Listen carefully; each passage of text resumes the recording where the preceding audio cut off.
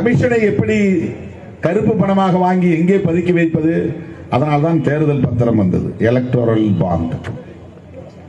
பணத்தை எல்லாம் நீ ஒயிட் மணியா போட்டு கட்சி அக்கவுண்ட்ல போடு.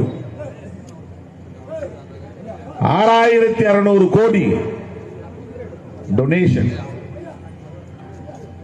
அவனை எவனும் இங்க யாரும் விமர்சனம் பண்ண மாட்டான். நீ போய் ஒரு கடைத்தெருவில் ஒரு நோட்டீஸ் கொடுத்து ஒரு 500 ரூபா 1000 ரூபா அங்க மாநாட்டு கொடுன்னு கேட்டா, சிறுத்தைகள் மிரட்டல், கட்ட பஞ்சாயத்து கும்பல், நன்கொடை கேட்டு மிரட்டல்.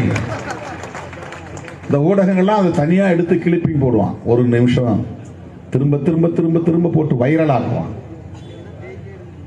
6600 கோடி பெரும் முதலாளிகளிடமிருந்து கொள்ளையடித்திருக்கிற பாஜகவை எந்த ஊடகமாவது அம்பலப்படுத்துகிறதா?